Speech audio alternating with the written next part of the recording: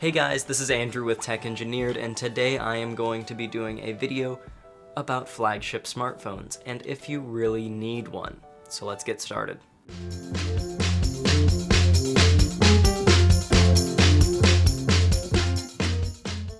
First, let's define what a flagship smartphone is. A flagship smartphone is basically just the top-of-the-line phone from a certain manufacturer. All the manufacturers really do it, except for Apple. Apple just has their one phone, but it competes with all the flagship phones, so we still just call it a flagship phone, even though they don't really have lesser phones.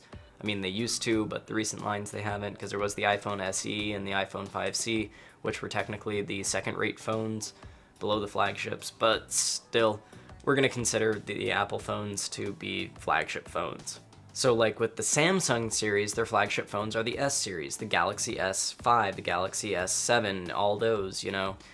And their like lower grade series is the J series, so like the Galaxy J3 and stuff like that. And they also have a couple of other series below that, so you kind of have to do your research with the lesser cell phones because there are a lot of them.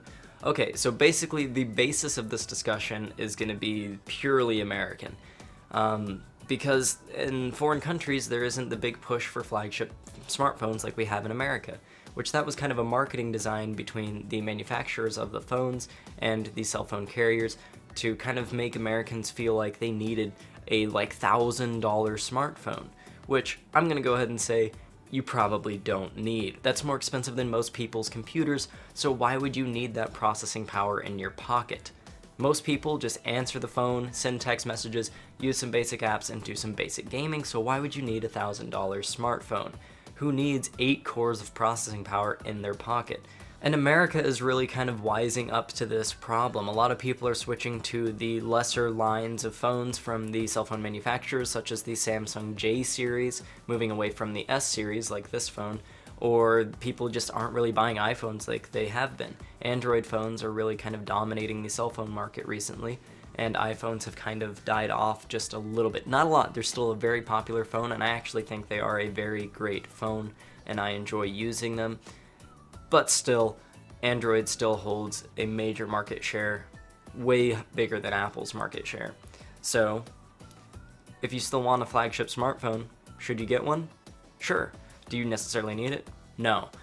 My phone I got, it was a flagship smartphone at the time. It's Galaxy S5. Got it under contract for a good price. Once the contract ran out, I got a discount on my cell phone bill from Verizon to lower it down since the phone was essentially paid off, and now I'm just kind of milking out that phone bill. I don't need the processing power this phone holds, even today, but still, it'll last me several years, and it's a great phone.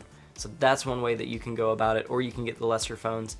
I kind of am particular whenever it comes to my phone, so I want to have kind of the latest and greatest thing, but that's just me. You know, I have to have the best. It is very nice to see that America is kind of smarting up to the whole entire scheme of flagship smartphones and are buying these lesser phones. Cell phone carriers are kind of forced to carry them because people don't want to buy these new phones, especially now that America is going contract free. Since we don't have cell phone contracts, you know, buying outright a $1,000 phone is kind of ridiculous.